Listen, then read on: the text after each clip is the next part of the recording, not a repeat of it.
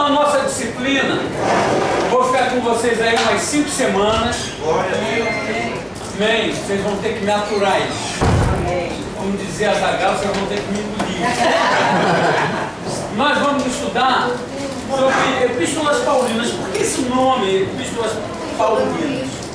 Essa palavra, epístola, nós estamos vendo aí, o significado dela no grego, significa uma ordem escrita, uma mensagem, né? É ou mesmo uma carta. No latim a gente entende melhor, porque do latim essa palavra epístola, ela quer dizer mesmo carta, ok? E é isso que nós vamos estudar nessas 5 semanas. Paulo escreveu a várias igrejas que ele havia participado de algumas delas. Algumas Paulo trabalhou na edificação da igreja, mas algumas ele nem chegou a ir lá. Exemplo, a primeira epístola que a gente vai estudar, que é Paulo aos Romanos. Paulo, quando escreveu essa carta aos Romanos, Paulo na realidade estava na cidade de Corinto. Ele não estava em Roma. E você vai ver que no decorrer da narrativa da carta aos Romanos, ele diz: muito queria eu visitar vocês, mas eu vou fazer isso quando eu empreender uma viagem para a Espanha. Só que Paulo nunca chegou a visitar a igreja de Roma. Por quê? Porque Paulo, quando vai a Jerusalém levar as doações que ele havia recebido das igrejas da Macedônia, Paulo é preso.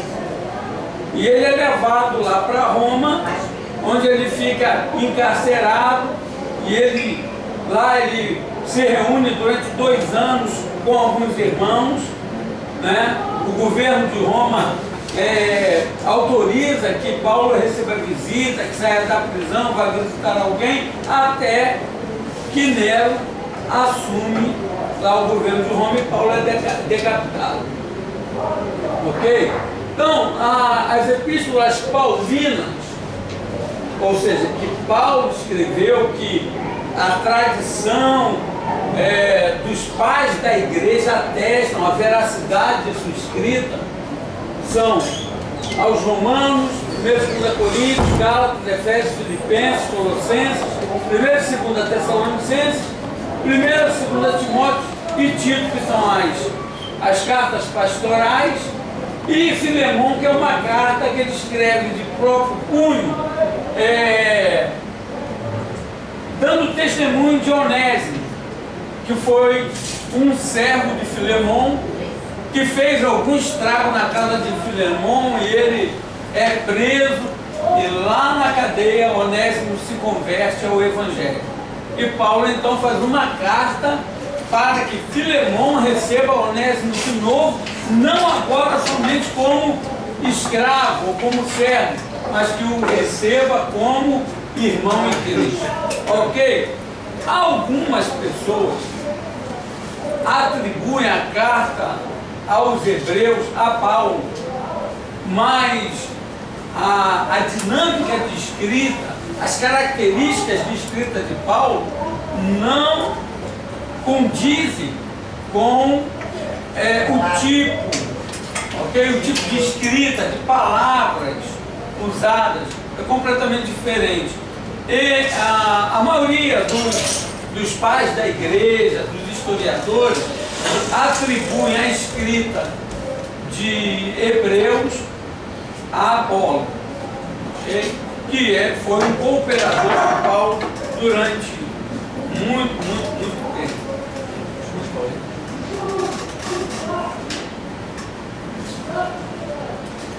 Então vamos lá, quero falar algumas coisinhas para vocês.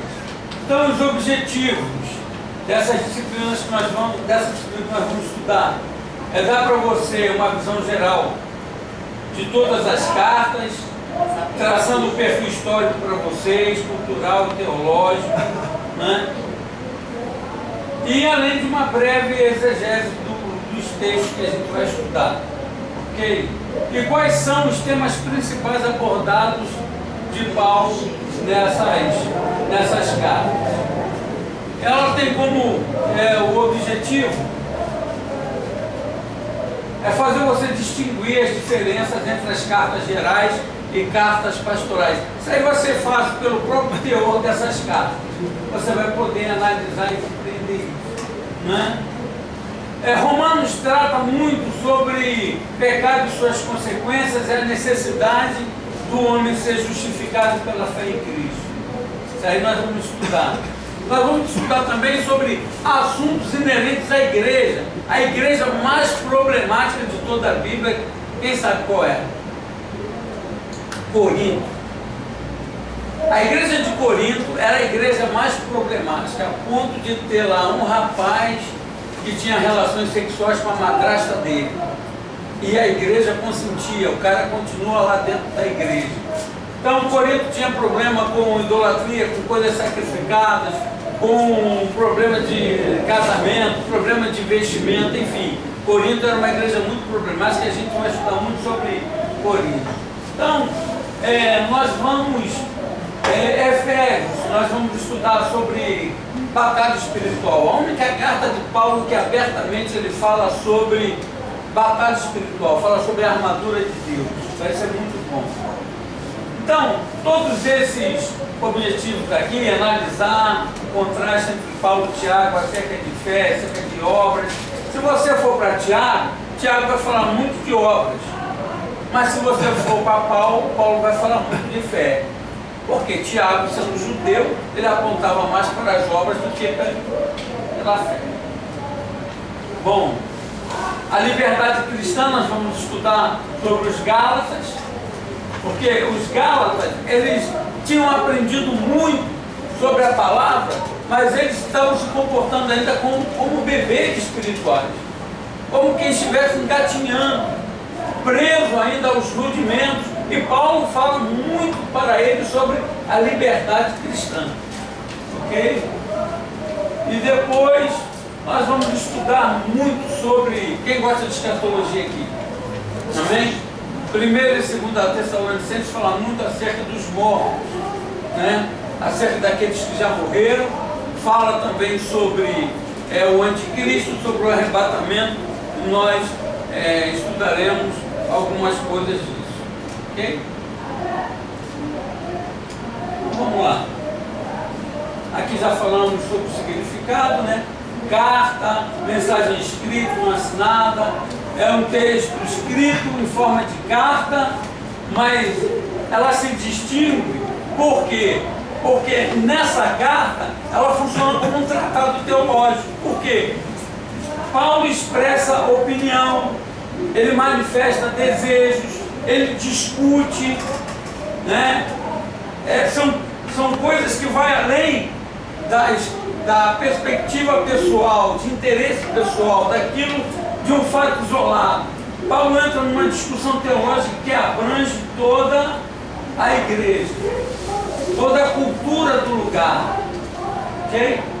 Então, aqui fala dos grupos. Vamos lá. Opa, foi muito. Então eu falei aqui para vocês que as cartas de Paulo, esse negócio aqui eu falei, eu racho, aqui, né? As cartas de Paulo, ela é focada, ela é dirigida para as igrejas, a fim de tratar assuntos em relação à doutrina, em relação ao comportamento, em relação a testemunho, em relação à condução de culto. Você vai ver que a ceia na igreja de Corinto era uma festa, porque o pessoal ia para lá com banquete, o pessoal não levava panelões lá para comer, a ponto de Paulo dizer: se vocês estão com fome, vão comer em casa, mas na casa do Senhor não. Então é uma bagunça lá na igreja de Corinto, ok? Nós vamos estudar esses comportamentos. E as epístolas pastorais, que foram 3 cartas que Paulo escreveu, 2 para Timóteo e uma para Tito, que eram jovens pastores que auxiliavam Paulo na condução das igrejas. E Paulo vai falar nessa carta como deve se conduzir, se portar, e quais são as características de um verdadeiro obreiro, quais são os pré-requisitos para se chegar ao ministério. Isso aí nós vamos estudar em 1º e 2 Timóteo e a Tito. E Filemão, já falei para vocês, é uma carta pessoal que ele faz referendando Onésimo, que agora está convertido. Hebreus está ali de intrometido, né? Vocês não dê atenção que está ali. Então aqui, isso aqui é um aspecto geral daquilo que a gente vai estudar. Deixa eu ver se você vai.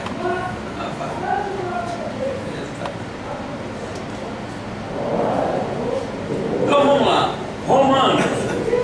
Irmãos, a carta de Romanos, conforme está escrito aí, é a primeira e a mais longa das epístolas paulinas.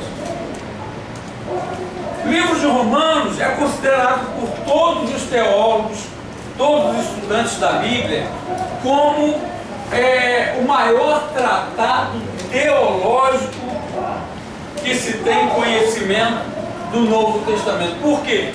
Paulo trata de modo claro a condição pecaminosa do homem, a necessidade de um Salvador, a providência desse Salvador e como andar com esse Salvador.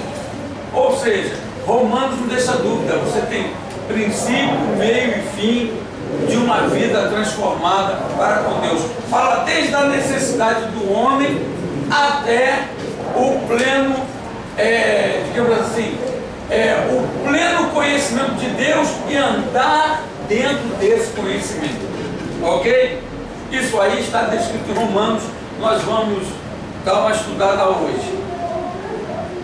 Coríntios, ele diz aqui que é considerada uma das epístolas mais poéticas do apóstolo Gentios. Na realidade, para mim, além de ela ser uma carta poética, Corinto aborda situações do dia a dia da igreja ainda hoje. Ainda hoje nós encontramos igrejas como a igreja de Corinto. Paulo vai tratar de assuntos concernentes a casamento, concernente à alimentação. Paulo vai tratar de relacionamentos dentro da igreja. Ok? Então, 1ª e 2ª Coríntios vai falar da vida diária dos membros da igreja. Como essa igreja tem que se portar. Gálatas, chamada a carta magna da liberdade cristã, e o argumento principal é a defesa da liberdade cristã, em defesa de quem? Do ensino dos judaizantes. Porque na igreja da Galácia havia muitos judeus convertidos. E quando os gentios, quem era gentio, irmãos? Gentio, todo aquele que não era judeu, né? Era chamado gentio. Então o gentio convertido, quando chegava na comunidade, na igreja, os judeus convertidos queriam que eles ainda praticassem os ritos judaicos. Aí Paulo entra com os pés no peito, em cima da igreja da Galácia, aos Gálatas, dizendo: olha, Deus chamou vocês para a liberdade, não para voltar aos rudimentos da lei. Por quê? Porque os dirigentes da igreja da Galácia queriam que todos os membros, inclusive quem não era judeu, se tornasse até judaizante. E aí Paulo fala sobre a liberdade que nós temos em Cristo. Efésios transmite a impressão de um rio transbordado da revelação divina. Por que a revelação divina? Paulo entra forte, falando de relacionamento entre marido e mulher, entre patrão e empregado, né?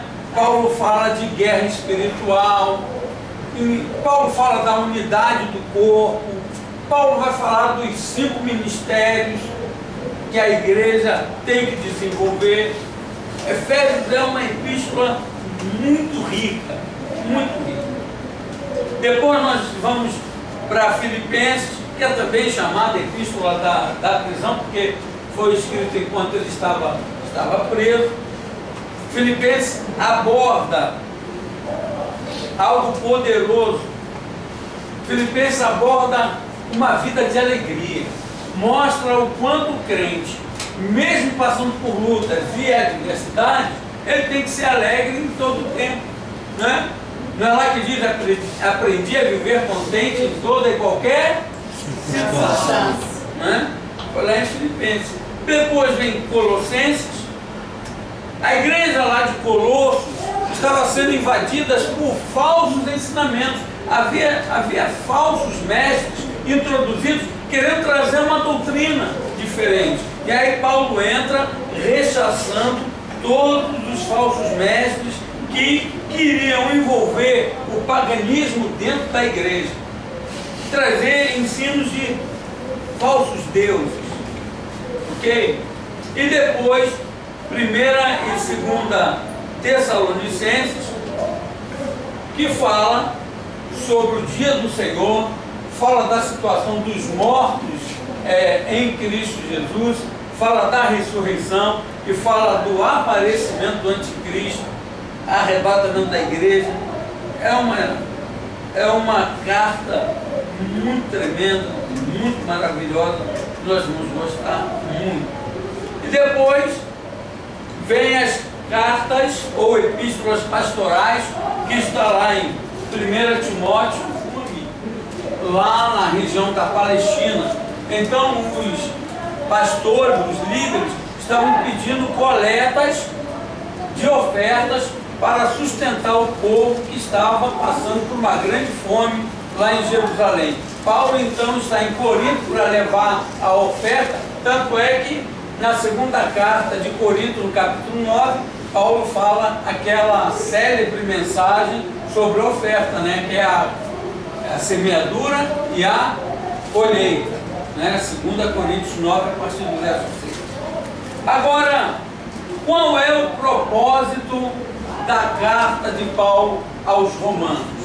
Gente, na época, Roma era considerada a Babilônia no tempo de Daniel.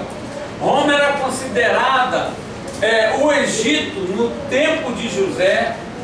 Roma era considerada como a Nova York de hoje, ou seja, era a cidade mais importante do mundo. Tudo que acontecia de novidade provinha de Roma. Por quê? Roma era a capital do império. E por ser a cidade mais evoluída da sua época, por ser a cidade que era o centro das atenções, tudo que dizia respeito ao pecado, a orgias, acontecia na cidade de Roma. Tanto é que as pessoas que lá conviviam, que lá estavam, as pessoas que estavam na igreja, elas eram constantemente atacadas porque o mundanismo entrava na igreja. E Paulo, logo no verso 1, Paulo arrebenta com os homossexuais. Então você quer ter uma palavra, se um homossexual chegar para você, mas onde está dizendo na igreja, onde está escrito na Bíblia que isso aí que eu faço é pecado? Além de Deuteronômio, que a gente já conhece, Paulo já fala aqui sobre a sensualidade, idolatria e depravação dos homens. Ele vai em Romanos 1, né, a partir do 18, ele manda bala em cima dos caras. E ele diz aqui, ó, o negócio aqui é forte no 26 e 27. 26 e 27 ele acaba com o homossexualismo. Ele arrebenta os caras ali que tinham se entregue à sensualidade. Ok? Agora, com o versículo, com o propósito, vamos entrar a fundo agora. Para vocês, eu quero ouvir vocês. Qual é o propósito da carta de Romanos para vocês? Vamos lá, eu gosto de uma aula interativa. Qual o propósito de Romanos? Já dei uma dica aqui.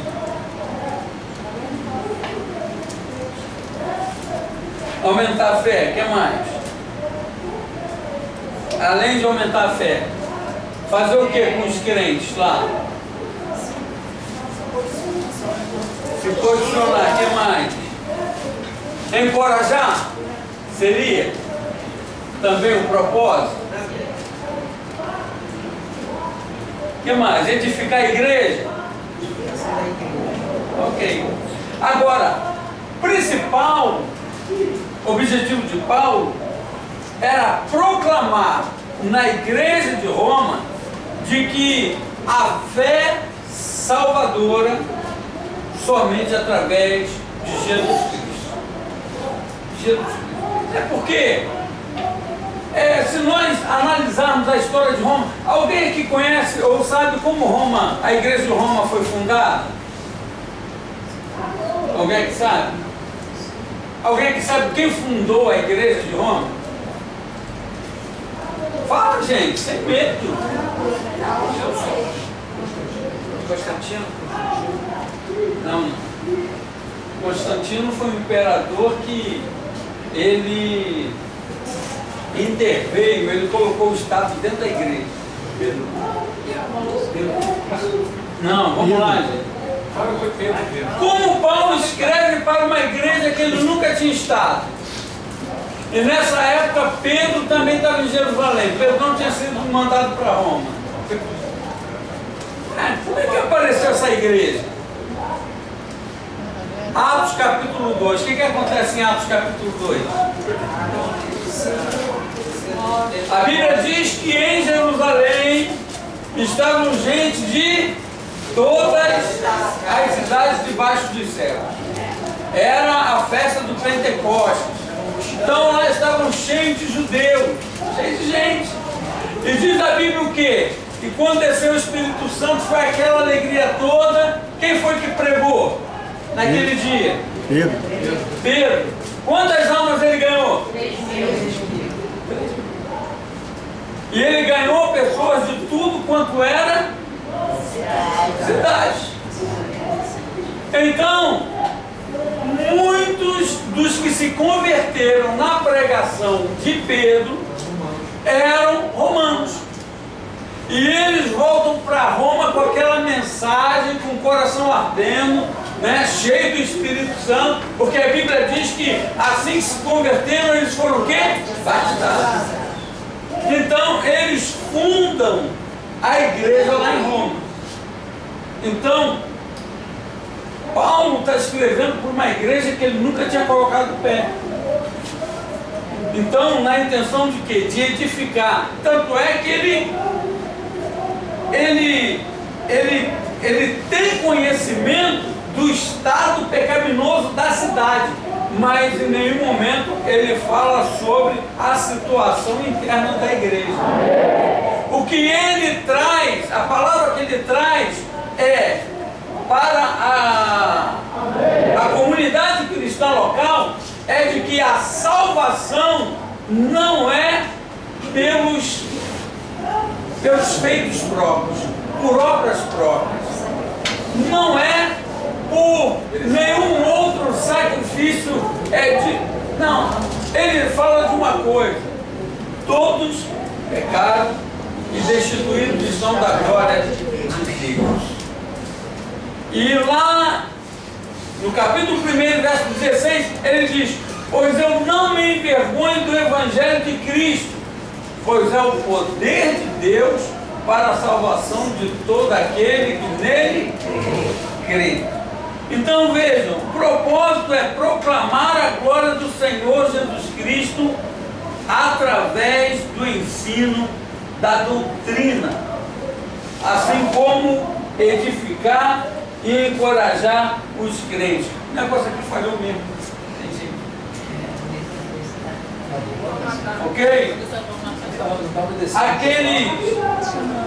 Aqueles que foram amados de Deus, chamados para serem santos, isso você encontra na saudação que ele faz aí em Romanos 1,7. Olha que saudação que Paulo faz para eles. Ele está escrevendo essa carta, olha só que maravilha: a todos foram chamados para serem o quê? Santos. Olha que coisa linda. Ok? Agora, o versículo-chave, voltando aqui, o textuário de Romano, para mim, O texto de Romano é esse aqui, esse é forte, é 1,16. Paulo está dizendo que o Evangelho é o único capaz de transformar e mudar a vida de uma pessoa. Por isso que ele fala, jamais vou me envergonhar do Evangelho, porque ele é o poder de Deus para a salvação. Paulo está dizendo, é o Evangelho que salva. É o Evangelho que salva. É o Evangelho que vai mudar, é o Evangelho que vai transformar. E ele diz, todo aquele que crê, primeiro do judeu e também do grego. Paulo estava dizendo ali que não havia, porque presta atenção o que Paulo está dizendo aqui. O versículo-chave, então, textual que nós vamos encontrar em Romanos, olha aqui para mim, presta atenção aqui em mim. É que o Evangelho, diga comigo, o Evangelho é o poder de Deus para a salvação de todo aquele que crê, primeiro do judeu. Por que Paulo fala primeiro do judeu? Porque a salvação do versículo-chave, aí, nosso, será Romanos 1,16. Mas eu fui criado na Bleia, e o versículo mais conhecido de Romanos era 3,23. Porque todos pecaram e destituídos estão para a glória de Deus. Mas em nenhum momento aqui fala que é o Evangelho que salva, que é o Evangelho que transforma. Ok? Vamos fazer um resumo aí. A carta aos Romanos. A carta dos Romanos, já falei para vocês, Romanos foi escrito onde? Na cidade de Corinto. Em que ano? 56 a 58 depois de Cristo. Ok. Então Paulo tinha a intenção de ir para Roma, depois a Espanha, mas seus planos foram interrompidos por quê? Paulo foi preso onde? Onde foi Paulo preso, gente? Jerusalém. E depois levado preso para Roma. Ok? Agora olha só. Ele pode ser dividido em 4 sessões. Eu anotei ali, isso aí não vai estar na apostila. É bom vocês colocarem no caderno. Tá? Porque só está até aqui na apostila. Daqui para cá eu que completei hoje. Então vamos lá. Quais são as sessões que é dividida a carta de Paulo aos Romanos? Primeiro, a justiça necessária. Por que a justiça era necessária? Por que se fazer necessária? Por quê? Porque o homem pecou, se afastou de Deus. Diga comigo, o homem pecou e se afastou de Deus. Então quando o homem peca e se afasta de Deus, ele está debaixo de juízo. Então, a justiça se faz necessária, senão. Então, diga comigo, a justiça se faz necessária quando o pecado entra na vida do homem. Sim ou não? Quando alguém assalta e mata, o povo clama por quê? Então, até alguém roubar e matar, alguém vai clamar por justiça? Não. Então vejam uma coisa. Deus estava clamando por justiça pelo fato do homem que ele criou para ser santo, para ser o louvor da glória dele, agora estava em pecado. Então, essa justiça estava se fazendo necessária porque houve uma transgressão. Ok? A justiça providenciada. O mesmo Deus que está agora clamando por justiça porque o ser que ele criou pecou, se afastou dele, o mesmo Deus, ele vai providenciar um escape. Ele vai providenciar um Salvador. Então está aqui, a justiça de Deus se manifesta através da fé do homem em Jesus. Agora, a justiça vindicada. O que quer dizer justiça vindicada? O que é vindicar? Quem sabe? Quem sabe, gente? Olha aí, roda. O que é vindicar? Vindicar é requerer, reclamar, não é? justiça requerida era a salvação de todos. Deus não tinha um time predileto. Deus precisava escolher o quê? Alguém, para desse alguém, Deus tirar dali um Senhor, um Salvador. E Deus achou isso em Abraão. Em Abraão. Então Deus deseja a salvação de todos. É o que Deus requer, é o que Deus em Jesus ele requeria. A Bíblia diz: é desejo de Deus que todos se salvem. Deus não tem desejo de lançar ninguém no inferno. E a justiça praticada. O que é a justiça praticada? Uma vez que a justiça de Deus te alcançou, você deve andar dentro dos parâmetros dessa justiça. Ok? Ok? Essa é a justiça praticada, ou seja, a nova vida dos que estão em Cristo Jesus. Então, se você fizer um esboço de Romanos, do capítulo 1, do verso 18 ao capítulo 3, verso 20, você vai encontrar o que afastou o homem de Deus. Aqui você vai encontrar Deus clamando por uma justiça. Do capítulo 3, verso 21 até o capítulo 8, verso 39, você vai ver a justiça de Deus se manifestando através do sacrifício de Cristo.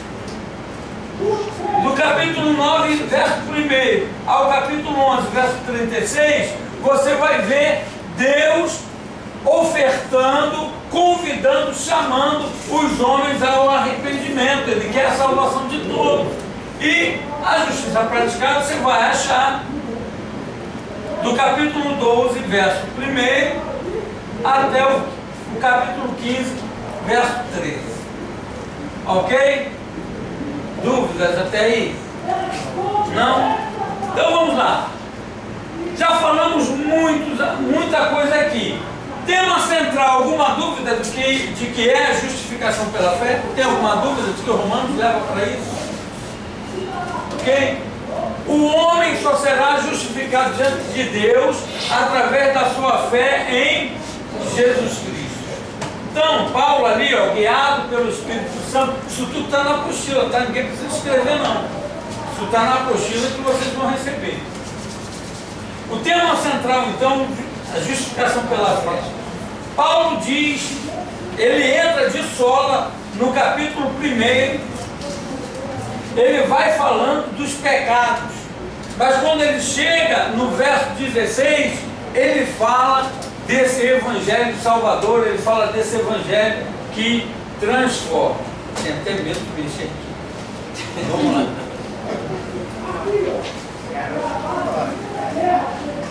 Ok? Então, tá lá, porque o evangelho é o poder de Deus para a salvação de todo aquele que crê. Então, Paulo expõe claramente que ninguém se exclui da condenação, mas que todos carecem da glória de Deus. Não é isso que diz Romanos 3:23? Porque todos pecaram e carecem da glória de Deus. E aí, querido, o livro de Romanos vai falar de Deus, de quem Ele é, o que Ele fez. Ele nos fala de Jesus Cristo. Porque você vai ver que Paulo, ele vai fazer uma conexão com o Antigo Testamento. Paulo vai se referir a Davi, falando acerca da salvação do homem, que o homem ele está envolvido em seus pecados, em sua vida devassa, mas ao mesmo tempo o salmista Davi aponta para um Salvador, para um Senhor.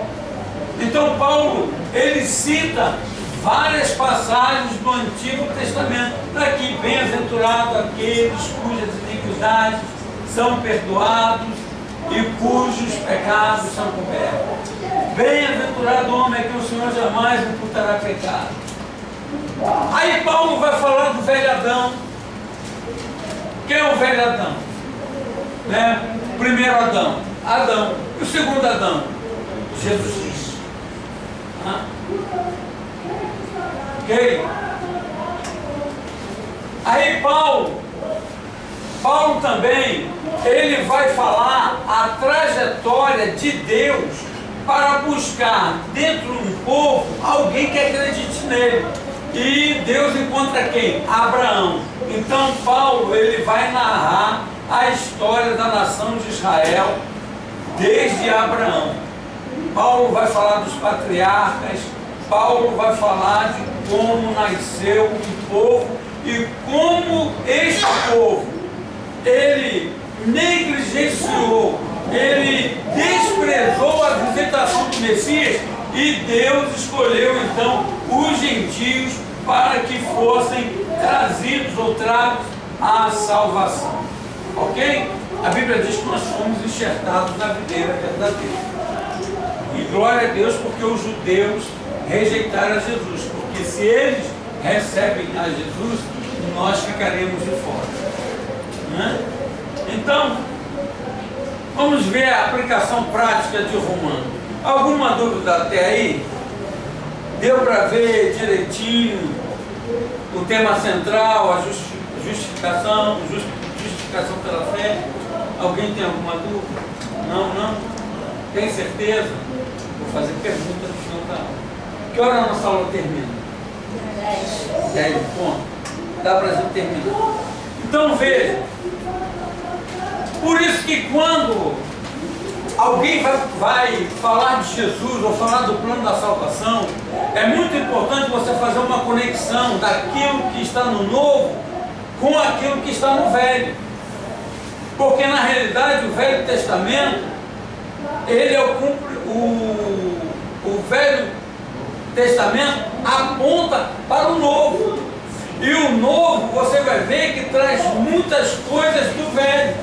Paulo vai dizer depois lá em Corinto, a gente vai estudar isso, que tudo aquilo que aconteceu na nação de Israel foi escrito para nos trazer exemplo, para que nós não sejamos duros de coração, não sejamos incrédulos. Então Paulo já começa na sua primeira carta a mostrar um conhecimento bíblico profundo. E ele começa a esclarecer para a igreja de Roma que há da parte de Deus um chamado para a salvação, não só dos judeus, mas para os gentios. Ok? Agora vamos aplicar qual a praticidade do livro de Romanos. Não podia fazer isso. Quem mandou isso? Aplicação prática. Vamos lá. Deixa eu falar só uma coisinha. Quando Paulo faz uma conexão da salvação através dos judeus, quando ele cita Rebeca e cita Isaac, nós sabemos que Isaac é um tipo de Cristo, né? Trazendo para a tipologia bíblica, Isaac é um tipo de Cristo porque ele foi oferecido lá como sacrifício. Quando Deus chama Abraão e fala: em ti serão benditas todas as nações da terra. Ali, Deus já estava provendo um plano de salvação para toda a humanidade. Deus não falou todos os judeus. Não, ele fala: em ti serão benditas, abençoadas todas as nações da terra. Deus já estava falando ali para Abraão que, como Isaac apontava para Cristo, e Isaac for ali oferecido, aquilo ali estava apontando para a morte e ressurreição de Cristo. Porque se você for ver, Isaac morreu no coração de Abraão. Sim ou não? Quando ele decide levar Isaac, Isaac já está morto. Porque Deus estava vendo a disposição do coração de Abraão. Por isso Abraão levou 3 dias. Quantos dias Jesus ficou morto? 3 dias. Quantos dias Abraão chegou para levar até o Monte Moriá? 3 dias. Porque quando Abraão levanta de madrugada, pega a lenha, pega o cutelo, pega o fogo e parte, ali ele disse para Deus: matei meu filho. E ele parte para a terra de Moriá. Então, quando Paulo faz aquela conexão, quando fala de Rebeca, quando aponta para... Paulo estava dizendo para a igreja de Roma que Deus estava provendo ali filhos espirituais e não filhos da descendência biológica de Abraão. Aquela promessa estava falando para os gentios, já lá no livro de Gênesis. Então vocês vejam que a salvação aos gentios veio bem antes da lei. Então a salvação não era uma coisa própria, direta dos judeus. Não, a salvação era estendida para todos os homens, todas as pessoas. Então vamos aplicar isso aí. Diz lá, o livro de Romanos deixa claro que não há nada que possamos fazer para nos salvar. Existe alguma coisa que alguém possa fazer para se salvar? Independente de Cristo? Toda boa obra que já fazemos é como que a Bíblia diz, chama as nossas obras trapos de imundícia. Porque ninguém conseguirá se justificar diante de Deus. Ninguém. Tão mortos em nossos delitos e pecados estamos, que apenas a graça e a misericórdia de Deus podem nos salvar. E Deus expressou sua graça e misericórdia ao enviar seu Filho Jesus Cristo para morrer na cruz em nosso lugar. Quando entregamos nossas vidas a Cristo, não somos mais controlados por nossa natureza pecaminosa, mas pelo Espírito. Se fizermos a confissão de que Jesus é o Senhor e cremos que Ele ressuscitou dos mortos, somos salvos, nascidos de novo. Precisamos viver uma vida oferecida a Deus como sacrifício vivo para Ele. A adoração do Deus que nos salvou deve ser o nosso maior desejo. Talvez a melhor aplicação de Romanos seria aplicar Romanos 1,16 e não nos envergonharmos do Evangelho.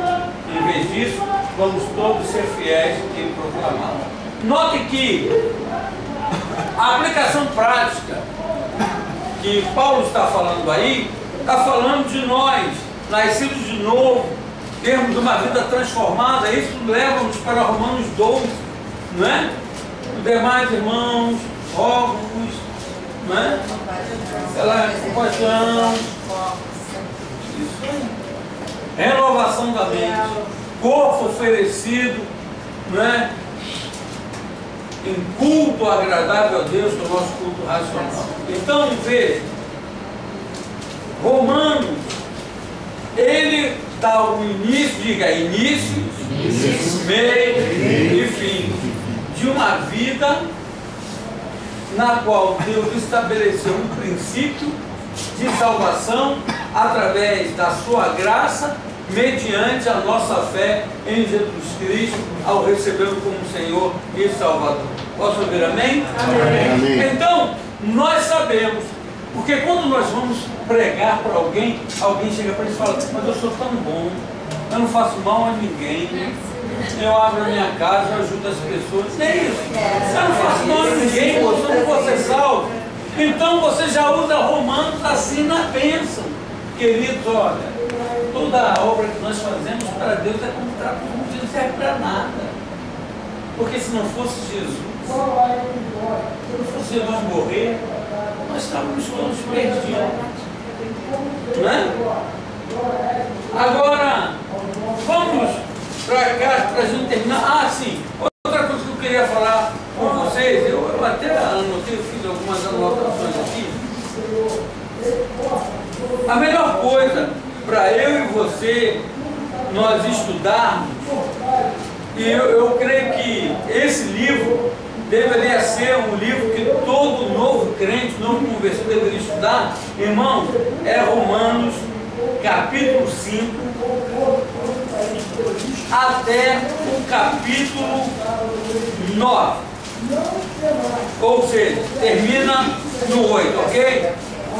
Eu vou pedir que vocês leiam, que na próxima aula eu vou fazer algumas perguntas. Romanos capítulo 5, capítulo 6, capítulo 7, capítulo 8, para vocês estudarem. Isso é chave. Se vocês souberem alguns versículos, entenderem isso na cabeça, vocês vão estar com o livro de Romanos todo já esboçado aí. Ok?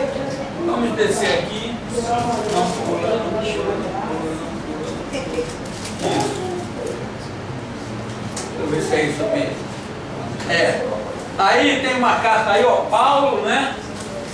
Paulo, aqui é a cidade de Roma, aqui é onde está a igreja de São Pedro, que eles dizem estão enterrados os restos mortais de Pedro. Só, irmãos, que não foi Pedro, como eu falei, não foi Pedro e nem Paulo que fundaram a igreja de Roma.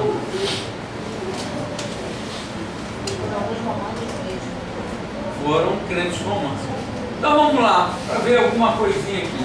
A carta de Paulo à igreja de Roma tem como fundamento principal, diga comigo, o fundamento principal da carta aos Romanos é a justificação pela graça divina mediante a fé em Jesus. Escreva isso na sua Bíblia. Escreva isso. Olha, o fundamento, ou seja, a base principal, o alicerce da carta de Roma é justificação pela graça divina mediante a fé em Jesus Cristo. E ele diz que o que levou Paulo a escrever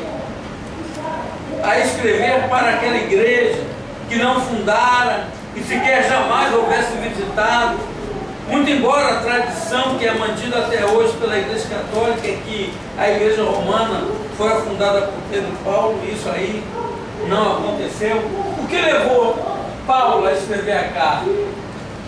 Paulo, ele está querendo mostrar algo importantíssimo,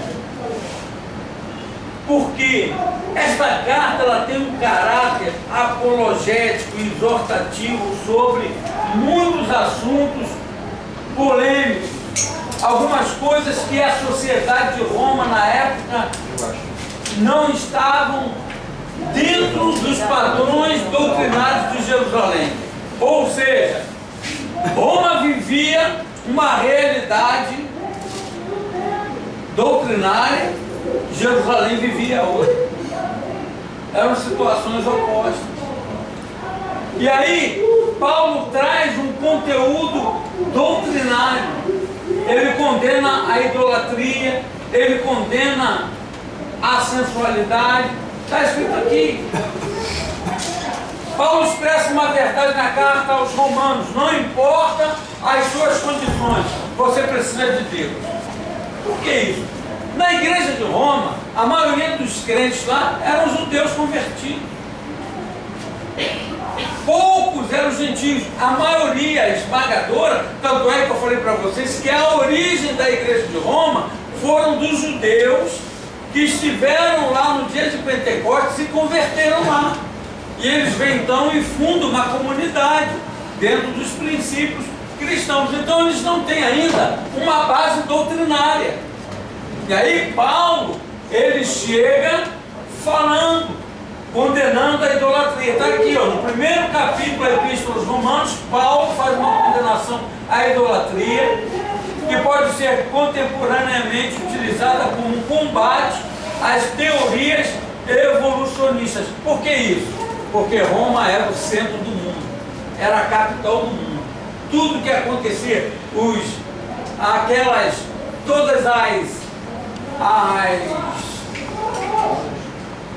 teorias socialistas da época, todos os pensamentos filosóficos que Roma absorveu da Grécia, estava tudo lá em Roma. Então Roma era a capital política, militar e artística do mundo. Culturalmente, Roma era o lugar. Então, Paulo, sem subterfúgio, vai tratar diretamente de temas que nos são controversos até hoje, como homossexualismo. Homossexualismo para nós está caracterizado pecado, e para a sociedade hoje? Normal. O importante é ser feliz. Na época, foi uma situação controversa.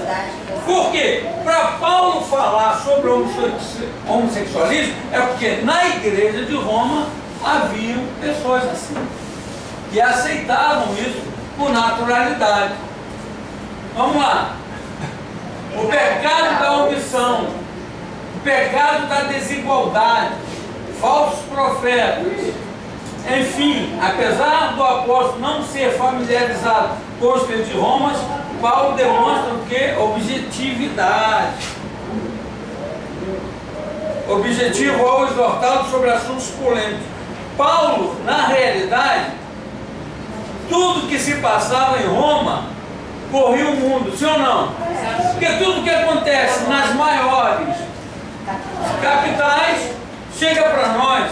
Então Paulo, ele era familiarizado do que ele recebia, do que vinha para ele.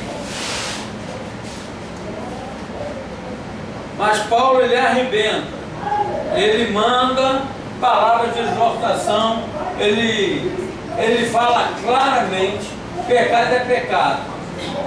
E acabou. Nem Paulo, nem Pedro, já falamos sobre isso, né? Não participaram da história da fundação dessa cidade. Ok? Estamos terminando aqui. Já passei um deverzinho de casa para vocês. Capítulo 5, 6, 7, 8. Então aqui só para vocês verem aquilo que nós falamos, né? Em 49 depois de Cristo, o imperador Cláudio baniu os judeus de Roma por causa do nome de Cristo. Nesse mesmo tempo, Pedro continuava em Jerusalém e Paulo expressa nessa epístola sua vontade de conhecê-los pessoalmente. O fato de Cláudio banir e expulsar os deuses de Roma não significa que eles saíram não, gente. Porque eles estavam escondidinhos lá. Tanto é que quando Paulo chega preso a Roma, ele se reúne ainda na casa de muita gente, fortalecendo as igrejas de Roma, ok? Então tá aí. Vamos lá. Oi. Quem me chama? Olha, Paulo diz claramente que não. Ele diz: eu queria que todos fossem como eu, mas por causa da impureza, se você não consegue segurar aí a sua natureza, meu irmão, casa, porque é melhor do que abrasar. Então Paulo não casou. Nunca. Paulo não casou. Foi uma opção dele. Ele falou: uns se tornam eunucos por vontade própria, outros para fazer a obra de Deus. Paulo optou em fazer a obra de Deus. Por que a Igreja Católica hoje instituiu o celibato? Baseado em Paulo. Baseado em Paulo. Mas não é um mandamento de Deus. Opção. Ele escolheu. Ele decidiu ficar solteiro. Tem nada a ver com chamada ministerial. Foi decisão dele. Paulo vai dizer depois, lá em Corinto, nós vamos estudar, olha para mim aqui, ó. Paulo vai falar lá em Corinto, depois nós vamos estudar na carta aos Coríntios. Paulo fala assim: o casado cuida de como agradar a esposa, o solteiro cuida das coisas do Senhor. Paulo estava dizendo: uma mulher ia me perturbar muito.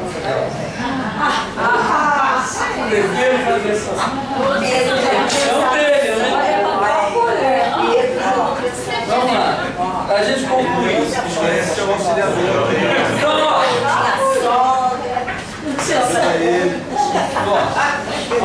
Ele manda a cara escrever,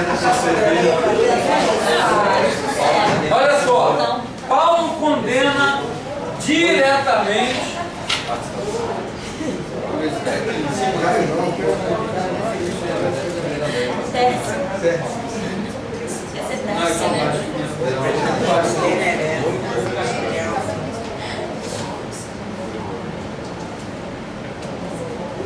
então, olha só,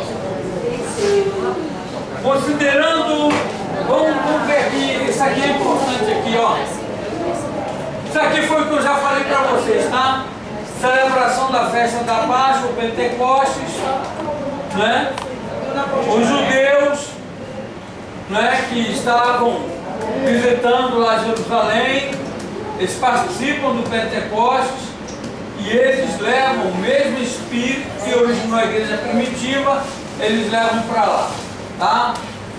Então a Epístola de Romanos foi escrita por Paulo após ele concluir aquilo que ele foi fazer lá na cidade de Corinto, que é recolher as ofertas que ele destinaria aos crentes em Jerusalém na sua terceira viagem missionária, tá? Gaio era quem hospedava, e toda essa turma aqui, Febe, Sencreia, né? Irmãos, tem uma dupla aqui, olha só, tinha duas pessoas interessantíssimas para vocês colocarem. Febe era uma pessoa. Hein? Febe era uma pessoa. E Sencreia era uma igreja. Não, Sencreia era uma cidade. Uma cidade. A igreja de Sencreia. Agora tem aqui algo muito maravilhoso aqui. Olha, vocês tiveram aí, né? Duas gêmeas, que tal botar o nome de Trifena e Trifosa? Vamos ver agora Trifena e Trifosa, meu Deus! Porra.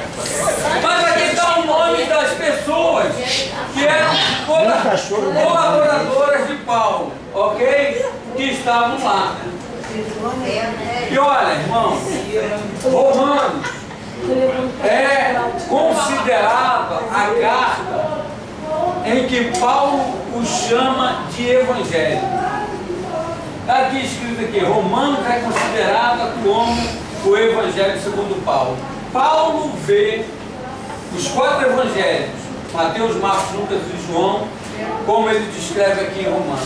É o evangelho segundo Paulo. Se você quiser pregar para alguém, você não precisa, João, abre Romanos, porque Romanos vai falar toda a condição do homem e vai falar a salvação proposta e como ele deve se conduzir. Romanos é uma síntese, ok? De salvação. Na próxima aula, então, deixa eu ver se tem alguma coisa aqui nova. Não, aqui já falei para vocês sobre a justificação.